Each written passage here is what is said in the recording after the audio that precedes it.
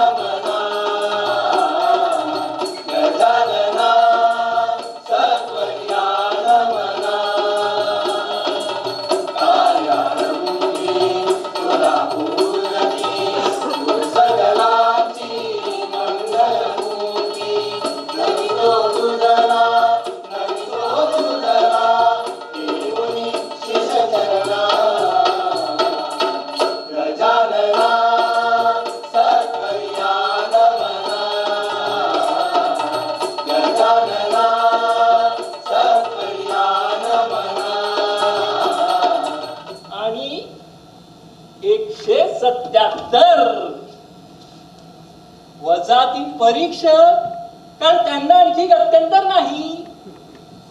आणखी वजा 2 समीक्षक, कारण त्यांच्याशिवाय गत्यंतर नाही. म्हणजे 172. वा, त्या मनाने चांगली उपस्थिती आहे. काय, प्रायोगिक नाटकांना प्रेक्षक लाभत नाही अशी चिंता हे आधुनिक नाटककार करतात. बाकी प्रायोगिकता म्हणून हे जे काही करतात ते किती प्रायोगिक असतं हे त्यांनाच ठाऊक. पण त्यातल्या त्यात एक मात्र बरोबर, यांची नाटकं सगळ्यांना कळतात. म्हणजे 4-4 तरी ते तसं दर्शवतात. कारण हे साधं प्रायोगिकत्व जर आपल्याला कळलं नाही तर आपण प्रेक्षक होण्याच्या लायकीचे नाही असं लोक म्हणतील, ही भीती असते. उदाहरणार्थ शिव्या, फक्त एवढाच की माझे संस्कार मला शिव्या उच्चारू देत नाही आणि कायदा जात उच्चारू देत नाही. कारण आता जर तर ती उच्चारली तर तुम्ही माझ्यावर खटला दाखल करू शकता. असं आजकाल कोणीही कोणावरही खटला दाखल करतो. प्रत्येकाच्या भावना त्यांच्या विचारांप्रमाणे तकलादू झालेल्या आहेत. मला तर वाटतं दुखावण्यासारखं काहीही नसलेला मी एकमेव प्राणी आहे. साहेबांना सांगून एखादा कायदा बनवून घेतोच माझ्यासाठी आणि मग तुला शिकवतो. माफ करा भटजी बुवा, तुम्ही तर अगदी मनाला लावून घेतलं.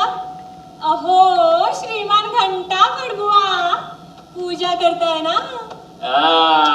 आता कसं हो करतो. बोला कोणाची करायची पूजा? पूजा कोणाची करतात? हल्ली कोणाचीही करतात. अरे प्रकरण इथपर्यंत पोहोचलं. अरे इथे देव खोळंबले, त्यांची करा. मी अरे हो, काय म्हणतोस देवा? आहेस ना बरा? अगदी माझ्यासाठी खोडलास म्हणे? काही काय पण तुझी अवस्था झाल्या देवा. तुझ्या भक्तांसाठी तू आणि तुझे उत्सव खोळंबत आहेत. तुझे भक्त आधी आपसातले वाद मिटवणार आणि मग ठरवणार तुझा उत्सव होणार की नाही, तुझी पूजा होणार की नाही. असो, आली या भोगासी तूही असावे सादर. मी त्याला भक्त मानत नाही, अशा ठिकाणी मी राहत नाही. मी काय म्हणतो देवा, तूही कधी मध्ये आमच्याकडे येत जा. बायकोला गरज आहे बुद्धीची. आणि हो, मी बोलवलंय म्हणून सांगू नको. आणि तूही आपल्या बुद्धीची काळजी घे हो. कारण ती जर एकदा बोलायला लागली की भल्या भल्या लोकांची बुद्धी कुंठित होते. तुम्हाला सांगतो, जीवकी हैराण झालाय, कटकट नकोशी झाले. वाटतं नकोच ती बायको आणि नकोच तो संसार. पण सोसलं पाहिजे. मनाच्या नाही तर नाही, शरीराच्या सगळ्या गरजा भागवाव्या लागतात. तुझं आपलं बरं आहे रे. ओ भटजी बुवा, मित्र आहे का तो तुमचा? देव आहे ना तो? घाबरा जरा. हो घाबरत आम्हाला देव नाही, बागुलबुवा झालाय नुसता. काय दिवस आले, अध्यात्माचे सोहळे, आराधनेची औपचारिकता आणि भक्ती जाऊन भीती राहिली आता फक्त. काय आहे, असं मुक्काट्याने कोणीतरी आपलं ऐकतंय असे दिवस क्वचितच येतात आयुष्यात. म्हटलं बोलून घेऊया. असो, आधी कर्तव्य पालन केले पाहिजे. हे बुद्धी देवते, नमस्कार करतो. कल्याण वस्तू देखल्या देवा नुसता दंडवत, पूजा कधी करणार? राहू द्या हो. करतो की, त्यात काय? कशी?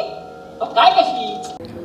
आपल्यासोबत देवा महाराजा या नाटकाचे लेखक आणि मुख्य कलाकार आहेत मिलिंद बर्वे. सर, आज आपल्या नाटकाचं सादरीकरण आहे, काय सांगाल? देवा महाराजा हे नाटक मी एक दोन वर्ष आधी लिहून पूर्ण केलं आणि अगट नाट्य स्पर्धेत त्यात सादर होतं आहे, याचा खूप आनंद आहे. दरवर्षी अशी खंत व्यक्त केली जाते की गोव्यातील लेखक किंवा गोव्यातली लिहिलेले नाटकं अगटात सादर होत नाही. त्यामुळे हा प्रयत्न आम्ही केला.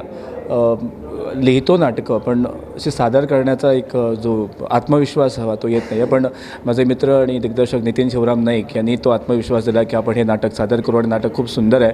त्यामुळे हे नाटक यंदा अगटसाठी आम्ही निवडलं आणि माझी संस्था आहे नटरंग क्रिएशन्स नार्वेडेचोली, त्या संस्थेतर्फे आम्ही हे नाटक स्पर्धेत सादर करतो आहे.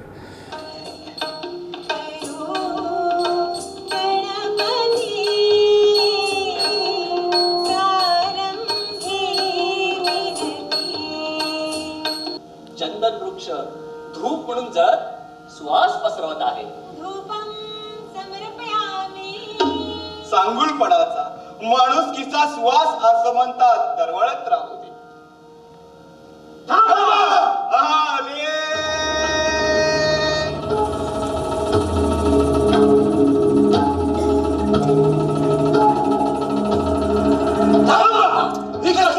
पूजा जमायला. अरे मंत्र नाही, तंत्र नाही. बाई बाई बाई बाई, तीर्थ नाही, प्रसाद नाही. शांतम पापम, दान नाही, दक्षिणा नाही. छे मान नाही, सन्मान नाही. अरे पूजा कशी दणक्यात झाली पाहिजे. चालीरीती सांभाळायला पाहिजे. धर्मनीतीचा सन्मान व्हावा. थोरा मोठ्यांचा मान हवा. आणि तुमच्यानं होत नसल तर म्या चोरून मारून कंस बी करून सामान घेऊन येईन. मी वस्त्र, वाती, माळा प्रसाद बनवून देईन. मी मंत्र म्हणेन. मी दक्षिणा देईन. मी घेईन. पण चला आपण हे असलं काय बी कापून नाही घ्यायचा. हा. हे नाटक लिहिण्याची जी कल्पना ही कशी सुचली तुम्हाला? नाटकात एक सुंदर वाक्य आहे की आता देव लोकांसाठी थांबतोय तेव्हा ताटकळतोय. देवाचे उत्सव ताटकळतात, लोक आपापली भांडणं असतात आणि त्याच्यासाठी देव हा बाजूला राहून त्यातलं अर्थकारण किंवा त्यातली ज्या बाकीच्या गोष्टी आहेत त्या समोर येत आहेत. त्यामुळे त्या विषयाला धरून काहीतरी लिहावं असं मनात होतं आणि त्यामुळे ही गोष्ट सुचत गेली. उगाच कशाला लोकांच्या भावना दुखवायच्या. या तिघांना माझा पूर्ण पाठिंबा आहे.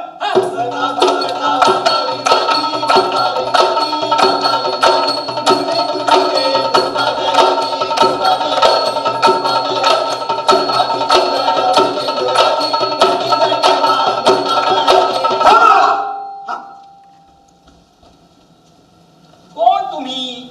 आला तर आपापल्या निष्ठा मिरवत. निवडणूक जाहीर झाली की काय? आम्ही समाज चातुर्वर्ण. अरे वा, सरळ सरळ अमक्याचे अमके म्हणून सांगितले नाहीत ते? सरळ सांगा. नाव, पत्ता, व्यवसाय, लायकी, हुद्दा, पात्रता, जात, पक्ष, संघ, दल, शाखा काय असं की नाही?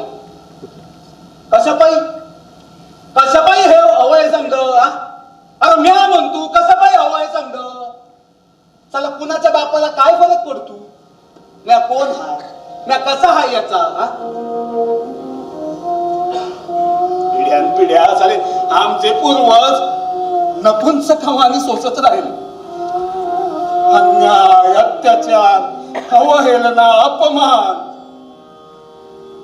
इथत राहिले. या वरच्या लोकांच्या गांडी खाली त्यांचा गुखाड, त्यांची चपल झेल. आम्ही बिचाले जगतो. कोणी मोची, भोई, भंगी, चोर, मवाली, कुणी साले कंडम पट्टी म्हणून. एक दिवस येईल जेव्हा मिळेल आम्हाला बी सन्मान, देवपूजेचा मान. देवा महाराजा काय संदेश देण्याचा प्रयत्न करतोय समाजाला?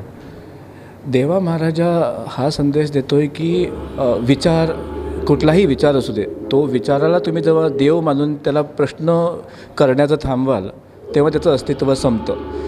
नाटकाचं शेवटचं वाक्य हेच आहे की विचारांना देवत्व देणं म्हणजे त्यांचं अस्तित्व संपवण्याच्या दिशेनं पहिलं पाऊल.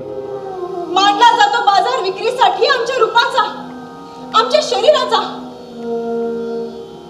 त्या बाजारातील आम्ही एक वस्तू उघड्या डोळ्यांनी बघतो आमचा लिलाव. नाव प्रवाहित. ओ, म्हणजे इथे प्रार्थना करायला आलात तर? नाही म्हणजे हो, म्हणजे हक्काने आले मी. मला कोण अडवणार.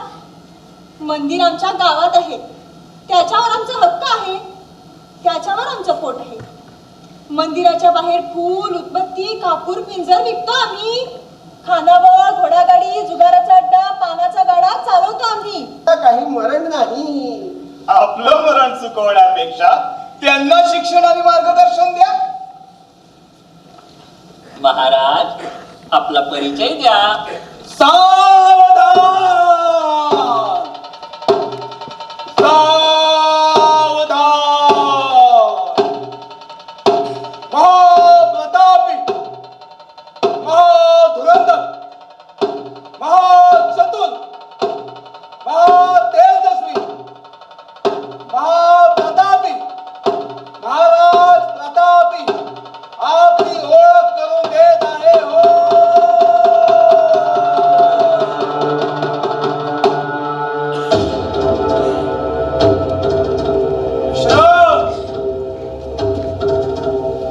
जमलेले छोटे छोटे मान्यवर आणि माझ्या गुलाम बनव. अरे म्हणजे या राज्यात आम्हाला आमची ओळख स्वतः करून देण्याची वेळ यावी ही दुर्भाग्याची गोष्ट आहे.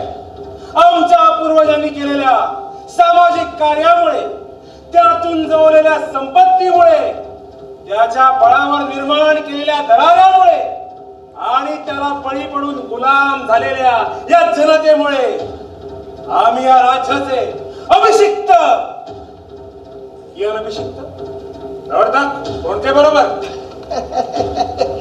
तुम्ही म्हणाल ते महाराज. अभिषिक्त सम्राट आहोत. मगाशी बोलता बोलता प्रवर्तक म्हणाले त्यांच्या बुद्धिमत्तेमुळे त्यांचा स्तर वरचा असला पाहिजे. अजूनही त्यांना असं वाटणं विलक्षण आहे. पण असो, जोपर्यंत ते आमच्यासाठी अडचणीचे होत नाही तोपर्यंत आम्ही त्यांना असंच वाटू देऊ. कारण गुलामांना गुलामगिरीची जाणीव न होऊ देणं हाच आमचा विजय आहे. जय देश, जय प्रदेश. वा, म्हणजे या देवस्थानाचे देखील तुम्ही राजा आहात तर वडिलोपार्जित हक्कानं इथलं प्रमुख पद आमच्याकडे येतं. त्यातही आमच्या इतका दबदबा अन्य कोणाचाही नसल्यामुळे, आमच्या इतकी धनसंपत्ती अन्य कोणाकडेही नसल्यामुळे ही जबाबदारी आमच्याकडे येते. तसा नाटक लिहिण्याचा थोडाफार अनुभव आहे. म्हणजे सुरुवात मी केली S.L. भैरप्पांची आवरण नावाची एक कन्नड कादंबरी आहे. ती सुंदर कादंबरी आहे. त्याचं नाट्य रूपांतरण मी केलं. त्यानंतर अहिंसा सुक्त हे सावरकर गांधी यांच्या विचारावर आधारित नाटक मी लिहिलं आणि ते सादर केलं. तर अशी 2-3 नाटकं केल्यानंतर एक आत्मविश्वास येतो की आपण स्वतंत्र नाटक लिहू शकतो. तेव्हा देवा महाराजा लिहायला हाती घेतला. आणखी 1-2 नाटकं आहेत. भगवान परशुरामावर एक नाटक आहे जे येत्या आगामी वर्षात सादर करण्याचा एक मानस आहे. लिहिण्याचं काम चालू आहे. सो अशी वेगवेगळ्या विचारावरची नाटकं लिहायला आवडतं आणि तसा प्रयत्न चालू असतो. एकच प्रश्न विचारतोय की नाटकात आम्ही बघतोय की जे का वाद्यवृंद आहे, तर नाटक लिहिताना तुम्ही याचा विचार केला संगीत कसं असावं त्याचं? हो, हे देवा महाराजा हे संगीत प्रधानच नाटक आहे. ते जवळजवळ संगीत नाटक आहे असं म्हटलं तरी काही हरकत नाही. त्यामुळे संगीत प्रधान नाटक, कारण जो फॉर्मॅट आम्ही निवडला त्यात संगीत हे केंद्रस्थानी ठेवूनच हे नाटक लिहिलं होतं. त्या दृष्टीने तसं आम्ही सादर करण्याचा प्रयत्न करतो आहे.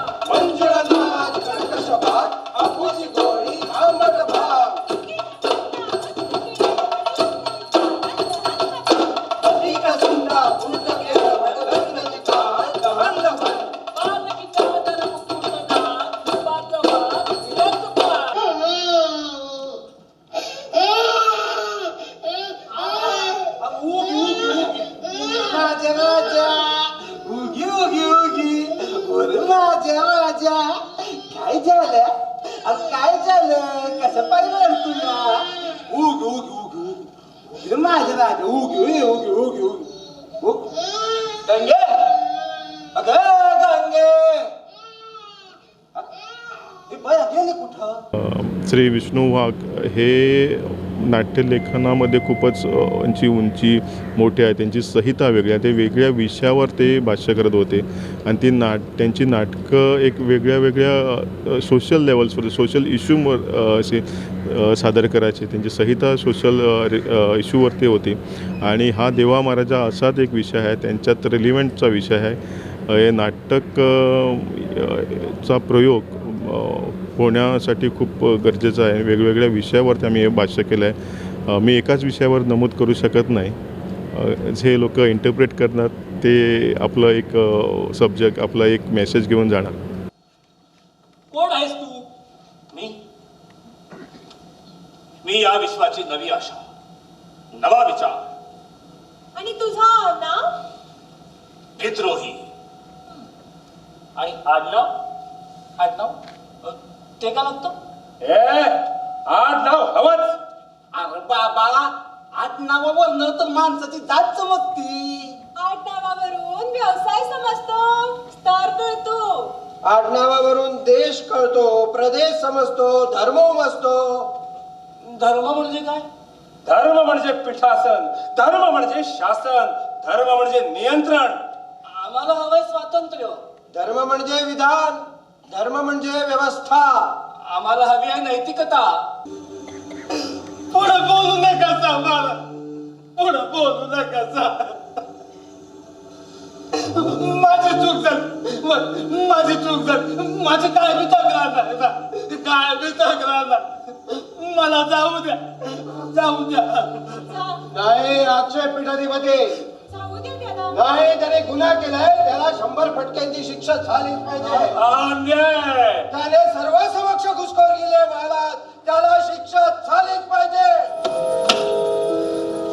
नादान हे राज करते प्रजा ही लाचार. नादान हे राज करते प्रजा ही लाचार.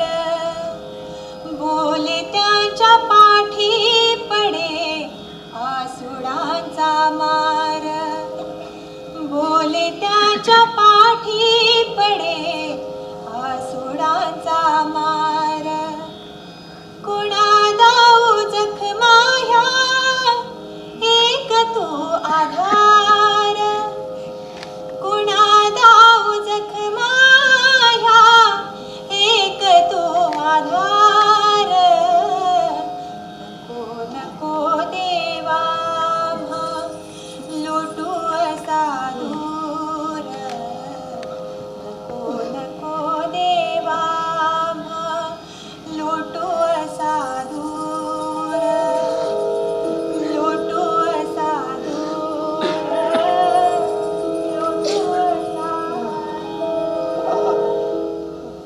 निदान बरोबरीचे तरी म्हणजे एका वर्गाचे. बाबा रे, वर्ण आता वर्ग झाला आहे आणि पैसा म्हणजे धर्म. मग हा काय करू? कुठच्या धर्मात जाऊ? कशाला हवाय धर्म? हा कशाला? अरे बाबा, धर्म देवाकडे नेतो आणि देव भलं करतोय. तुझा नाही केलं ते विसरला की गरीब खालच्या पायरीवरचा म्हणून सोडून दिला. सोडून दे सगळं आणि काय करू? माझ्यासोबत ये. नवा विचार बसलो. येशील? नवा विचार? हो, नवा विचार, समानतेचा, माणुसकीचा. चल.